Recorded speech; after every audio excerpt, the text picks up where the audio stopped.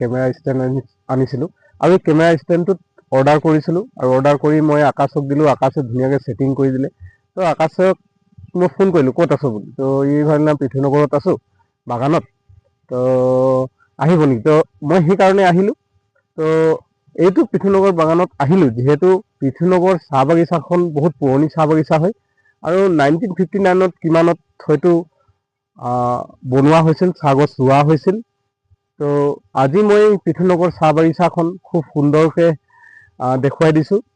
আহক, এইটো চাওক পৃথ্বীনগৰ চাহ বাগিচাৰ পাত কি সুন্দৰ একদম সেউজীয়া হৈ পৰিছে। সৰু সৰু পাত আছে আৰু একদম চফা চাফ চিকুণ আছে, একদম ধুনীয়া হৈ আছে। এইফালে একদম কি সুন্দৰকৈ একদম মানে সেউজীয়া সেউজীয়া পাত আছে। তো গতিকে মই এইকেইটাতে আপোনালোকক ছিঙিও দেখাই দিছোঁ দুটামান। একদম সৰু সৰু কিমান ধুনীয়া পাত ওলাইছে। আৰু যিহেতু এই বাগানখনত পাত ছিঙাৰ লগে লগে দৰৱ খুব সুন্দৰভাৱে মাৰে আৰু ইয়াত পোক পৰুৱা মই দেখি পোৱা নাই। খুব সুন্দৰ হৈ আছে আৰু আগত যিটো কণ্ডিশ্যন আছিলে বাগানটোত খুব বেয়া লগা কণ্ডিশ্যন আছিলে। আৰু এইকেইটা নতুন গছ পুলি ৰোৱা হয়। আগত বুঢ়া গছকেইটা হয়তো উঠাই মেলি নতুন গছ ৰুলে আৰু নতুন গছ ৰোৱাৰ পাছত বাগানখিনি খুব সুন্দৰকৈ হৈ আছে। আৰু মই অলপ আগলৈ যাবৰ কাৰণে অলপ চেষ্টা কৰিম। যিটো মই অলপ পাছ চাইডটো দেখালোঁ, এতিয়া মই এইটো চাইড দেখাম।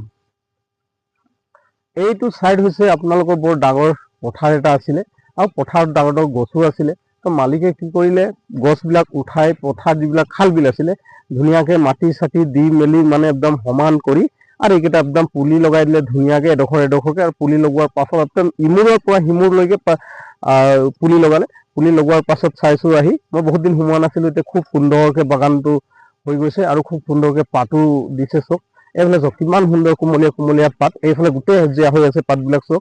তো এনেকৈ যদি বাগান থাকে, পৰিষ্কাৰ হৈ থাকে, নিজে মানে ছিঙিবৰ কাৰণে ভাল হয়। আৰু আমাৰ এইখন বাগানত মই যেতিয়াৰ পৰা চাইছোঁ আমাৰ শ্ৰমিকবিলাক হয়তো এতিয়া বৰ্তমান 20 জনমান আছে নেকি। তো গতিকে পাৰ্মানেণ্ট হয়, খুব সুন্দৰভাৱে কাম বন কৰি থাকে আৰু দৰৱ পানীও কৰি থাকে। আৰু মই চাইছোঁ বাগানখনত এনেকুৱা পোক চোক নাই বাৰু। আপোনালোকৰ যদি নিজে 2 বিঘা 3 বিঘা যদি বাগান আছে, আপোনালোকে পৰিষ্কাৰ কৰি ৰাখিব, নলাকেইটা চফা কৰি ৰাখিব, ঘাঁহ হ'ব নালাগে। পোক চোক লাগিলে আপোনালোকে দৰৱ পাতি মাৰি থাকিব, তেতিয়াহে পাতৰ প্ৰডাকশ্যন দিব। আপোনালোকে যদি পাতটো ছিঙি মেলি যদি দৰৱ নামাৰে তেতিয়াহ'লে পাতৰ প্ৰডাকশ্যন ক'ত পাব। আৰু পাত যিমান সৰুত ছিঙিব আপোনালোকে সিমান দাম পাব। এতিয়া মই যদি এইটো পাত দেখুৱাই দিছোঁ, ইমানটো পাত যদি আপোনাৰ ফেক্টৰীত দিব, এইটোৰ দাম যদি হয় মানে বোলে এইটো পাতটো একচুৱেলি নলয়, এইটোৰ দাম যদি হয় আপোনাৰ 30 টকা, তেতিয়াহ'লে এই কলিৰ পাতটোৰ দাম হ'ব মানে তাতকৈ বেছি মানে। তো গতিকে যিমান সৰু সৰু পাৰে সিমানে ছিঙিব। আৰু ফেক্টৰীবিলাক এনেকুৱা হয়, যিমান কোৱালিটিটো ভাল পাব পাত সিমানে সিহঁতে পাৰ্চেণ্টেজ চাই আপোনালোকৰ ৰেটটো দিয়ে। তো গতিকে মই পৃথ্বীনগৰ চাহ বাগিচাৰ পৰিৱেশ দেখুৱালোঁ, বাগানটোৰ কেনেকুৱা আছে কেনেধৰণৰ নাই। আৰু এটা মই এইটো গছত এটা বেনাৰ লগোৱা আছে, এই বেনাৰৰ মই দেখিলোঁ তো মনত এটা আহি গ'ল এষাৰ কথা। এই গছত লিখি দিছে জুই জ্বলোৱা নিষেধ। এইটো চক জুই জ্বলোৱা নিষেধ। অন্য গছত লিখা আছে সৰু ছোৱালী বাগানত কাম কৰিব নোৱাৰে, বা জীৱ জন্তু চৰাই চিৰিকটি বাগানত মাৰিব নালাগে, গছ গছনি কাটিব নালাগে। তাৰপিছত যিকেইটা বাগানত আপোনালোকৰ যদি আছে 5 বিঘা 10 বিঘা, আপোনালোকে কাম কৰিব এটা নিৰ্দিষ্ট ঠাই মানে এডোখৰ গা ধোৱা নিচিনাকৈ বনাব। তাৰপিছত এডোখৰ আপোনালোকে কি কৰিব, দৰৱ সানিবৰ কাৰণে বনাব, এডোখৰ পানী থ'বৰ কাৰণে বনাব, এডোখৰ জৈৱিক সাৰৰ কাৰণে বনাব। তো সেইবিলাক এডোখৰ এডোখৰকৈ বনাই থৈ দিলে কি হয়, আপোনালোকে পাৰিলে বাগানত এডোখৰ যদি ছাইডত মাটি থাকে তাত সৰুকৈ গাঁত এটা খানি তাত মানে দৰৱ পানী মিলাবৰ কাৰণে অলপ বা মিক্স কৰিবৰ কাৰণে পানী চানী দি, তেতিয়াহ'লে মানে ভাল হয়। আৰু এটা কথা কৈছোঁ, বাগানত মই কিছুমানত চাওঁ যে দৰৱ মৰাৰ পাছতে যিবিলাক বটল থাকে, সেই বটলবিলাক কি কৰে নলাই চলাই পেলাই দিয়ে। নলাত পেলাই দিলে কি হয়, পানী থাকে তাত মাছ চাছ থাকে, যেতিয়া অলপ থাকিলে তাত কি হয় মাছ চাছকেইটা মৰি যায়।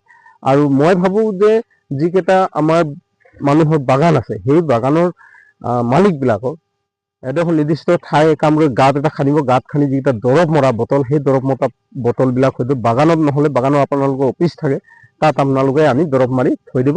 তো আজি ভিডিঅ'টো এইটো কাৰণে বনালোঁ, বাগান লৈ বনাইছো। আৰু এই পিঠনৰ বাগানটো খুব সুন্দৰ পাত হৈ আছে চক। এইফালে হয়তো কালি পৰহি ছিঙালে, এইফালে আজি নহ'লে কালি ছিঙাব।